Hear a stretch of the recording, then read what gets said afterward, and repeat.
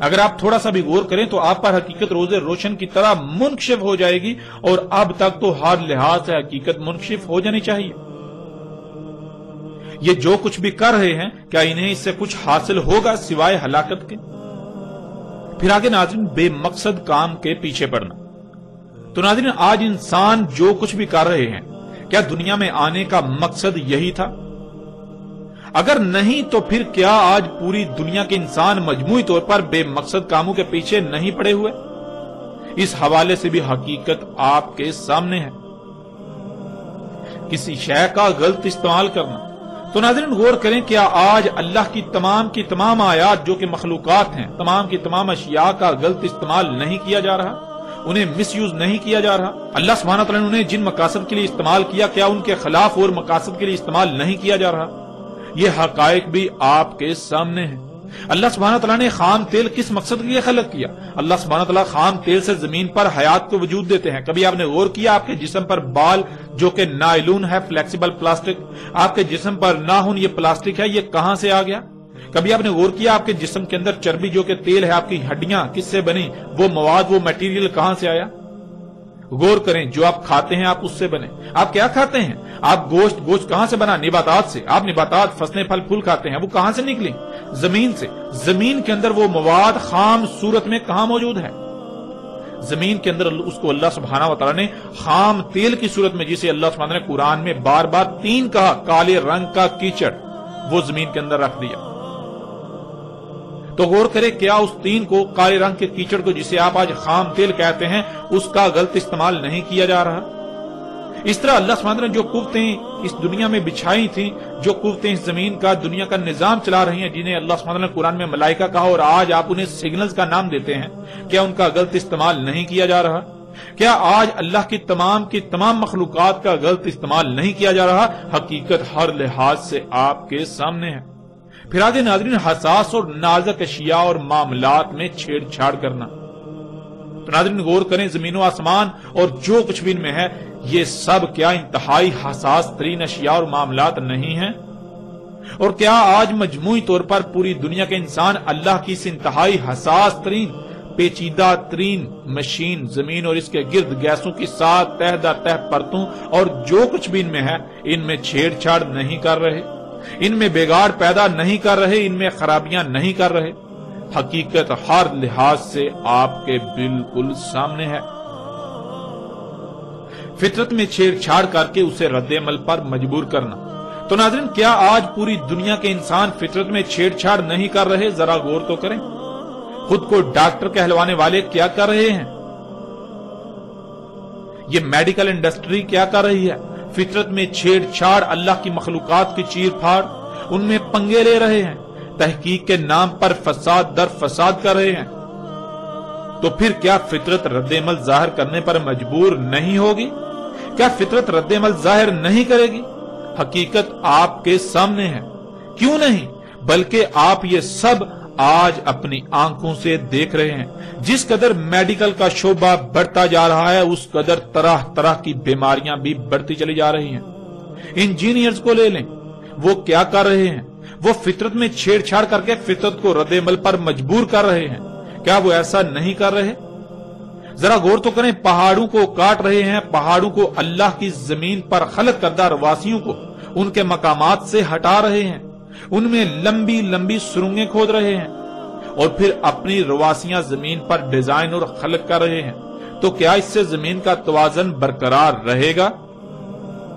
اللہ سبحانہ وتعالیٰ نے تو قرآن میں بار بار یہ بات واضح کر دی کہ اس نے زمین پر جو رواسیاں، یعنی جو بلند جگہیں، جو چوٹیاں ہیں، ان سے زمین کا بیلنس کیا تاکہ زلزلے نہ آئیں۔ تو یہ انجینئرز کیا کر رہے ہیں؟ ذرا غور تو کریں، کیا یہ اللہ کے قائم کردہ توازن کو بگاڑ نہیں رہے؟ اور پھر یہ جو بلند و بانگ عمارتیں خلق کر رہے ہیں، یہ جو ان کی رواسیاں ہیں، کیا ان سے مزید زمین کا توازن نہیں بگڑ رہا؟ ناظرین ذرا غور تو کریں، تو کیا پھر زلزلے نہیں آئیں گے؟ کیوں نہیں؟ جب فطرت میں چھیڑ چھاڑ کر کے اس کو رد عمل پر مجبور کیا جائے گا تو فطرت رد عمل کا اظہار نہ کرے؟ ایسا کیسے ہو سکتا ہے؟ اور کیا یہ سب آج آپ اپنی آنکھوں سے پوری دنیا میں ہوتا ہوا نہیں دیکھ رہے؟ آج یہ سب اپنی آنکھوں سے آپ ہوتا ہوا دیکھ رہے ہیں۔ اس کے علاوہ ناظرین جتنے بھی شعبے ہیں، جو لوگ بھی ترقی کے نام پر جو اعمال کر رہے ہیں وہ کیا کر رہے ہیں، اگر آپ تھوڑا سا بھی غور کریں گے تو حقیقت ہر لحاظ سے کھل کر آپ کے سامنے ہے۔ پھر آگے ناظرین غیر سنجیدہ ہونا۔ تو ناظرین غور کریں کہ آج کسی میں سنجیدگی ہے؟ اگر کوئی سنجیدہ ہوتا ہے تو وہ چیختا ہے، چلاتا ہے کہ یہ سب نہ کرو۔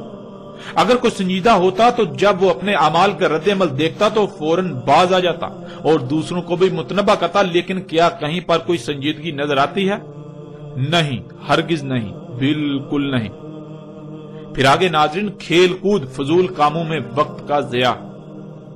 آج پوری دنیا کے انسانوں کو دیکھیں تو آپ کو یہی نظر آئے گا کہ بجائے یہ کہ وہ اللہ کی دعوت کو تسلیم کرتے، اگر نہیں تو اپنی آنکھوں سے دیکھ لینے کے بعد یقین کرتے اور عملاً میدان میں اترتے، لوگوں کو متنبہ کرتے، دنیا میں آنے کے مقصد کو پہچان کر اس پر قائم ہوتے، دوسروں پر وہ مقصد واضح کرتے، مگر یہاں تو گنگا الٹی ہی بہہ رہی ہے۔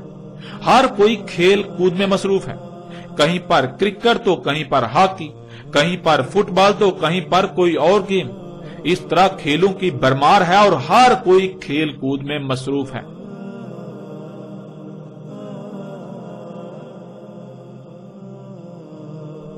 کسی کو رائے برابر بھی احساس نہیں کہ اس کے ان اعمال کا انجام کیا سامنے آنے والا ہے۔ ہر کوئی بے مقصد اور فضول کاموں میں انتہائی قیمتی وقت کو ضائع کرنے میں مصروف ہے۔ ناظرین حقیقت ہر لحاظ سے آپ کے سامنے ہے۔ اور پھر آگے اللہ سبحانہ تعالیٰ نے کیا کہا اسے بھی جان لے۔ آگے اللہ سبحانہ تعالیٰ سورہ دخان کی آیت نمبر 10 میں کہتے ہیں فَارْتَقِبْ يَوْمَ يَأْتِي السَّمَاءُ بِدُخَانٍ مُبِينٍ، پس انتظار کرو اس یوم کا، آ جائے آسمان کھلم کھلے ہر طرف سے گیسوں کے ساتھ۔ یعنی جب نہ صرف تم پر ہر لحاظ سے حق واضح کر دیا بلکہ تم وہ سب اپنی آنکھوں سے ہوتا ہوا بھی دیکھ چکے، اس کے باوجود تم یلعبون ہی کر رہے ہو، یعنی وہی سب کرتے ہو، فطرت میں چھیڑ چھاڑ کرتے ہو، فطرت میں تبدیلیاں، اللہ کی خلق میں تبدیلیاں، فضول کاموں میں وقت کا ضیاع، فطرت میں پنگے لینے سے جو تمہارے سامنے آیا اسی کے پیچھے ہو لیے اور ترقی کے نام پر فساد کرتے جا رہے ہو۔ سنجیدگی کی بجائے کھیل کود اور فضول کاموں میں مصروف ہو، دنیا میں آنے کے مقصد کو نہ پہچانا اور اسے پورا نہ کیا، اور یہی سب کرتے رہے اور کر رہے ہو جس سے تمہیں بار بار سختی سے روکا، بار بار سختی سے منع کیا۔ اللہ کی مخلوقات کا مس یوز کر رہے ہو، ان کا غلط استعمال کر رہے ہو جس سے تمہیں بار بار روکا، تو پھر یہ سب ہو کر رہے گا۔ کیا ہو کر رہے گا؟ قریب ہی بہت جلد ایک ایسی مدت آئے گی، ایک ایسا پیریڈ آئے گا، ایسا وقت آئے گا کہ آسمان یعنی وہ فضا جس میں تم سانس لیتے ہو، جس میں تم رہ رہے ہو، وہ ہر طرف سے ہر لحاظ سے گیسوں سے بھر جائے گی۔ اور ناظرین ایسا کیوں نہ ہو، کیا آپ یہ نہیں جان چکے کہ آسمان و زمین اور جو کچھ بھی ان میں ہے ان سب کو اللہ سبحانہ و تعالیٰ نے گیسوں سے خلق کیا؟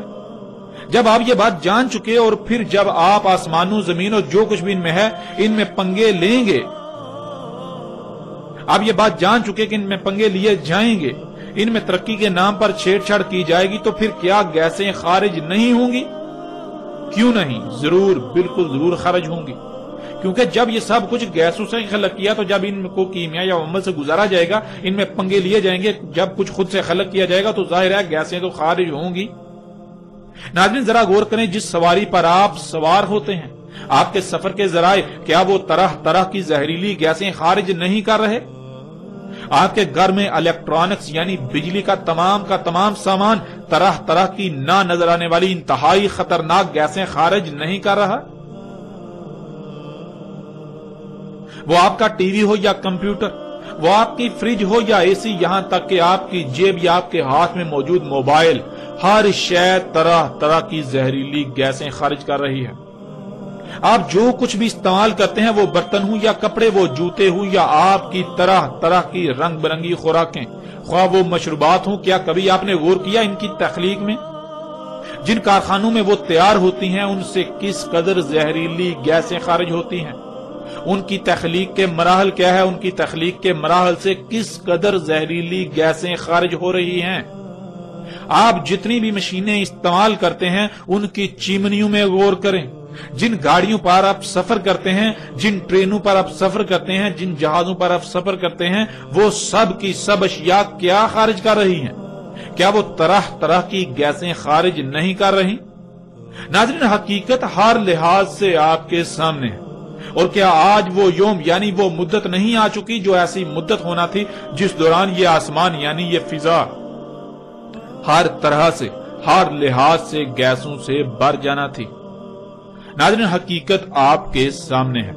آج پوری دنیا ان گیسوں سے بھر چکی. یہ پہلا آسمان جس میں آپ موجود ہیں، جس میں آپ سانس لیتے ہیں، یہ آپ کے اپنے ہی کرتوتوں سے خارج ہونے والی طرح طرح کی زہریلی گیسوں سے بھر چکا. کیا آپ کو یہ سب نظر نہیں آ رہا؟ کیا آپ اندھے ہیں؟ کیا آپ اللہ کے قانون میں اموات ہیں؟ کیا آپ قبروں میں ہیں؟ کیا آپ اللہ کے قانون میں محض چوپائے ہیں؟ ناظرین، غور تو کریں، کیا یہ سب آج آپ کو نظر نہیں آ رہا؟ جبکہ یہ اٹل حقیقت ہے، اس کے باوجود اگر آپ کو نظر نہیں آ رہا تو اللہ سبحانہ وتعالی قرآن میں بار بار ایسوں کو اموات قرار دیتا ہے، ایسوں کو قبروں میں قرار دیتا ہے، ایسوں کو چوپائے یا پھر شر الدواب قرار دیتا ہے. یہ جو چلنے پھرنے والی رینگنے والی مخلوقات ہیں، ان میں سے جو سب سے شر ہیں وہ قرار دیتا ہے، یعنی جن کی وجہ سے زمین و آسمانوں میں سب کو نقصانات، تباہیاں لاحق ہوتی ہیں، جن سے فائدہ حاصل ہونے کی کوئی توقع ہو ہی نہیں سکتی. تو ناظرین، حقیقت کیا ہے؟ آپ غور کریں، آپ کو یہ بھی سمجھ آ جائے گی کہ آپ کا شمار اللہ کے قانون میں کن لوگوں میں ہے، کہاں پر ہے، آپ کہاں کھڑے ہیں. آپ اللہ کے قانون میں حیا ہیں یا پھر آپ اللہ کے قانون میں اموات ہیں، قبر میں ہیں. تو ناظرین، جان لے یہ حقیقت آپ کی آنکھوں کے سامنے ہے، اس کو آپ جھٹلا نہیں سکتے. اگر آپ اسے تسلیم کرنے سے انکار کرتے ہیں تو نقصان آپ کا اپنا ہی ہوگا، کسی دوسرے کا نہیں. آج اگر آپ نہیں تسلیم کرتے اور اپنی سابقہ روش کو برقرار رکھتے ہیں تو جان لیں ان قریب آپ چیخ چیخ کر تسلیم کرنے کا اعلان کریں گے، لیکن تب کوئی نفع نہ دے گا. تب آپ کا ماننا فرعون کے ماننے کی مثل ہوگا. تو ناظرین، بڑھتے ہیں آگے اور دیکھتے ہیں کہ اللہ سبحانہ و تعالیٰ نے سورہ دخان کی اگلی آیت میں کیا کہا. آگے اللہ سبحانہ و تعالیٰ کہتے ہیں سورہ دخان آیت نمبر 11، یغشی الناس ھذا عذاب علیم، جو انسانوں کو ڈھانپ لے گا یہ سزائے علیم ہے، عذاب علیم ہے. اللہ سبحانہ و تعالیٰ نے اس آیت میں یہ بات واضح کر دی کہ جب وہ مدت آئے گی کہ آسمان کھلم کھلا ہر لحاظ سے، ہر طرف سے گیسوں سے بھر جائے گا، یعنی یہ فضا جس میں آپ موجود ہیں یہ گیسوں سے بھر جائے گی، تو کیا ہوگا؟ یغشی الناس، انسانوں کو ڈھانپ لیں گی. یعنی جیسے رات کو اندھیرا چھا جاتا ہے کہ ہر شے کو ڈھانپ لیتا ہے، بالکل ایسے ہی یہ گیسیں انسانوں کو ڈھانپ لیں گی. یہاں یہ بات ذہن میں ہونا بہت ضروری ہے کہ اندھیرے کو انسانی آنکھ دیکھنے کی صلاحیت رکھتی ہے، لیکن انسانی آنکھ تمام کے تمام گیسوں کو دیکھنے کی صلاحیت نہیں رکھتی، ماسوائے صرف چند ایک. اس لیے اس وقت جب وہ مدت آئے گی، وہ پیریڈ آئے گا، تو اس وقت یہ گیسیں ایسے ہی موجود ہوں گی جیسے اندھیرا چھا جاتا ہے، لیکن عام انسانی آنکھ سے نظر نہیں آئیں گی، یعنی اس طرح نظر نہیں آئیں گی. عام انسانی آنکھ سے نظر آنے میں اس طرح نہیں ہوں گی. البتہ اگر ایسا آلہ ہو جس سے ان گیسوں کو دیکھنے کی صلاحیت حاصل ہو جائے تو اس آلے سے آسمان یعنی یہ فضا ایسے ہی نظر آئے گی جیسے کہ اندھیرا چھایا ہوا ہو. یعنی یہ گیسیں اس طرح چھائی ہوئی نظر آئیں گی جیسے اندھیرا چھا جاتا ہے. یعنی جیسے آپ دیکھتے ہیں کہ آج کل سموگ ظاہر ہوتی ہے جو بالکل دھند کی طرح نظر آتی ہے، لیکن وہ دھند نہیں بلکہ یہی گیسیں ہوتی ہیں جو انسانوں کے مفسد اعمال سے خارج ہوئیں، جو محض اس وجہ سے ظاہر ہوتی ہیں کہ جب کوئی کیمیائی عمل ان میں وقوع پذیر ہوتا ہے، یعنی موسم کے اتار چڑھاؤ کی وجہ سے وہ آپس میں جب ان کا اختلاط ہوتا ہے تو ان کا کچھ وقت کے لیے ظہور ہو جاتا ہے. جیسے مثال کے طور پر جب آپ یہ گیسیں اپنی گاڑی یا کسی آپ فیکٹری کی چمنی سے دیکھتے ہیں خارج ہو رہی ہیں، تو جب خارج ہو رہی ہیں تو اس وقت وہ نظر آ رہی ہوتی ہیں، لیکن تھوڑی دیر بعد وہ انویزیبل یعنی کہ نظر آنا بند ہو جاتی ہیں، وہ نظر نہیں آتی. بالکل اسی طرح یہ جسے آپ سموگ کہتے ہیں یہ یہی گیسیں ہیں، اسی طرح اس فضا میں موجود ہیں لیکن نظر نہیں آ رہی. جب ان میں موسم کی وجہ سے کوئی کیمیائی ریاکشن ہوتا ہے، کوئی عمل ہوتا ہے تو اس عمل کے رد عمل میں یہ دوبارہ یہ ظاہر ہو جاتی ہیں. اور یہ کیوں ظاہر ہوتی ہیں؟ جسے آپ سموک کہتے ہیں آج کل، یہ اللہ کی آیات میں سے ہے. یہ انسانوں کو یہ دکھانے کے لیے ہے کہ عقل کے اندھو دیکھو، آج یہ فضا ان گیسوں سے بھر چکی. یہ صرف اور صرف آپ کو دکھانے کے لیے اللہ نے قانون میں ایسا کر دیا کہ وقتاً فوقتاً یہ اس طرح ظاہر ہوتی رہیں، تاکہ آپ پر یہ چیز بالکل واضح کر دی جائے کہ یہ اس طرح سے آپ کو لپیٹ میں لے چکی ہوئی ہیں، انہوں نے اس طرح سے آپ کو ڈانپ لیا ہوا ہے. تو ناظرین، جب دنیا میں یہ حالت ہو جائے گی تب اس وقت اللہ انسانوں سے کلام کرتے ہوئے یہ کہہ رہا ہے، ھذا عذاب علیم، یہ عذاب علیم ہے. ناظرین، یہاں یہ بات ذہن میں ہونا بہت ضروری ہے کہ اللہ انسانوں کو عربی کے محض ان 3 الفاظ میں ایسا نہیں کہہ رہا، بلکہ اللہ تو انسانوں سے کلام کرتا ہے، انسانوں سے گفتگو کرتا ہے جیسے اس کا قانون ہے. اور اللہ کا قانون یہ ہے کہ اللہ انسان چونکہ بشر ہیں تو انہی میں سے کسی بشر کا انتخاب کرتا ہے، اور اس کے ذریعے سے یعنی اس بشر کے ذریعے سے اللہ انسانوں سے انہی کی زبان میں کلام کرتا ہے، گفتگو کرتا ہے. تو جب دنیا میں یہ وقت آ گیا کہ یہ فضا ہر طرف سے کھلم کھلا گیسوں سے بھر چکی، جو کہ انسانوں کے اپنے ہی مفسد اعمال کی وجہ سے ہوا، اور وہ گیسیں انسانوں کے لیے عذاب علیم یعنی ان کے اپنے ہی مفسد اعمال کی سزا بن جائیں گی، تو اس وقت اللہ اپنے کسی عبد بشر یعنی اپنے کسی غلام بشر کے ذریعے انسانوں سے کھول کھول کر یہ کہہ رہا ہے، انسانوں سے کلام کر رہا ہے کہ یہ تمہارے اپنے ہی برے اعمال کی سزا ہے تمہارے لیے.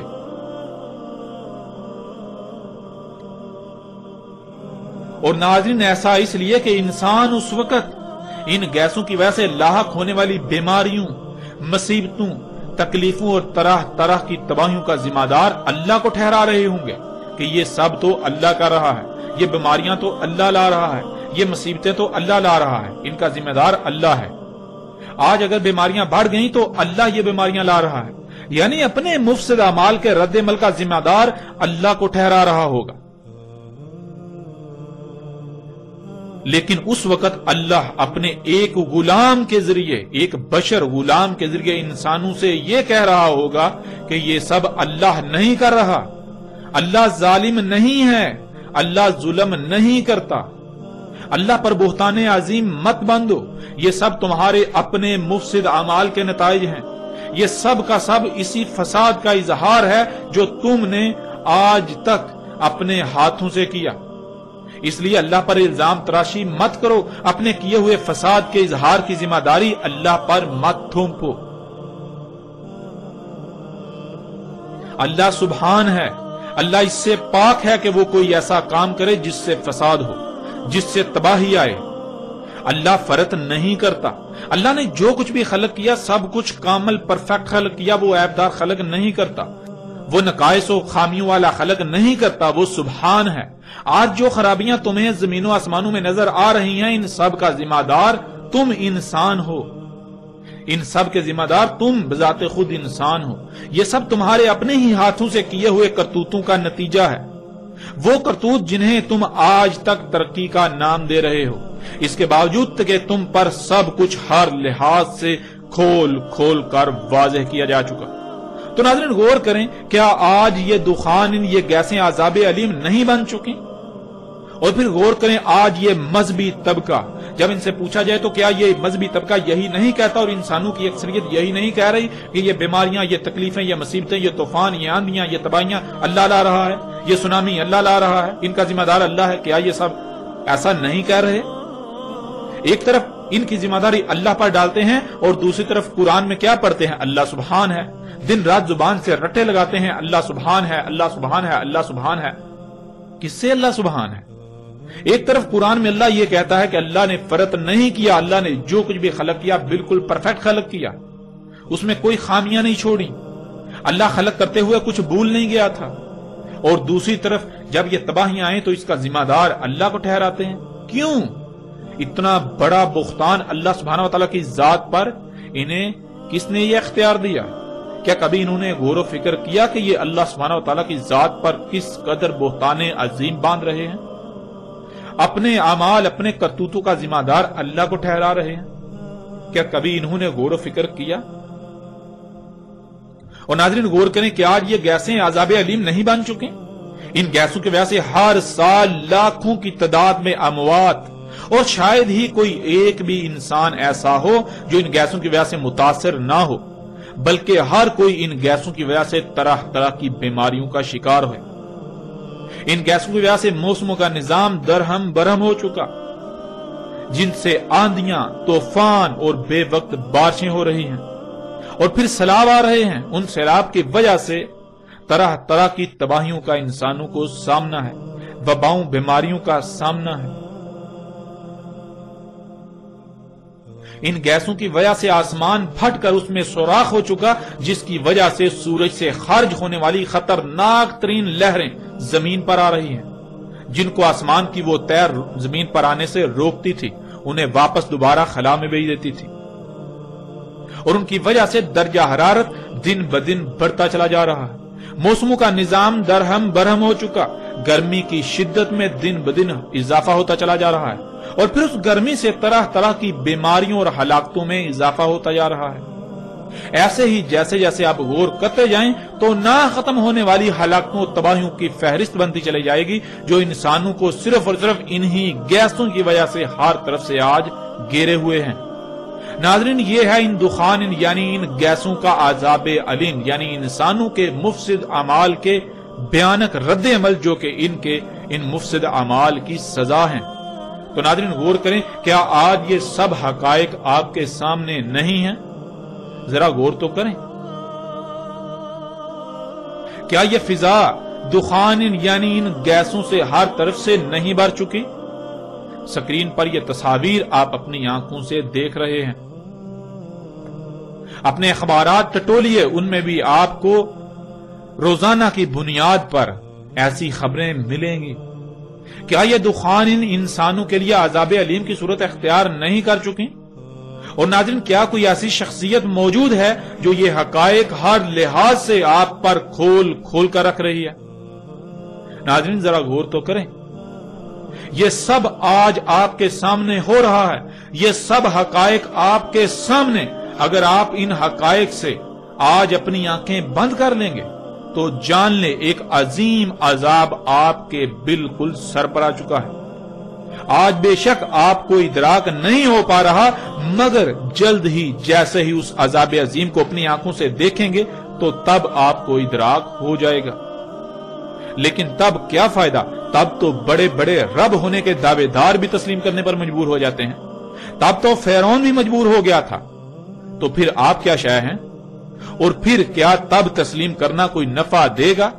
یہ حقیقت بھی آپ کے سامنے ہے۔ ناظرین، ان قریب بالکل وہی ہونے والا ہے جو قوم نوح کے ساتھ ہوا، اور قوم نوح کے ساتھ کیا ہوا یہ آپ جانتے ہیں۔ ان قریب وہ ہونے والا ہے جو قوم عاد اور قوم سمود کے ساتھ ہوا۔ قوم عاد اور قوم سمود کے ساتھ کیا ہوا؟ قوم عاد اور قوم سمود القاریہ یعنی ایٹمی بموں کی لپیٹ میں آئے، ایٹمی تباہیوں کی لپیٹ میں آئے، ایٹمی بموں کی جنگوں کی لپیٹ میں آئے، اور انہوں نے ایٹمی بموں نے ان کو صفحہ ہستی سے مٹا دیا، اور وہ آج ہونے والا ہے۔ اور یہ تباہی، یہ عذاب عظیم بہت جلد آپ کے سامنے آنے والا ہے۔ ہلاکت آپ کے سر پر آ چکی، ان قریب آپ اسے اپنی آنکھوں سے دیکھیں گے۔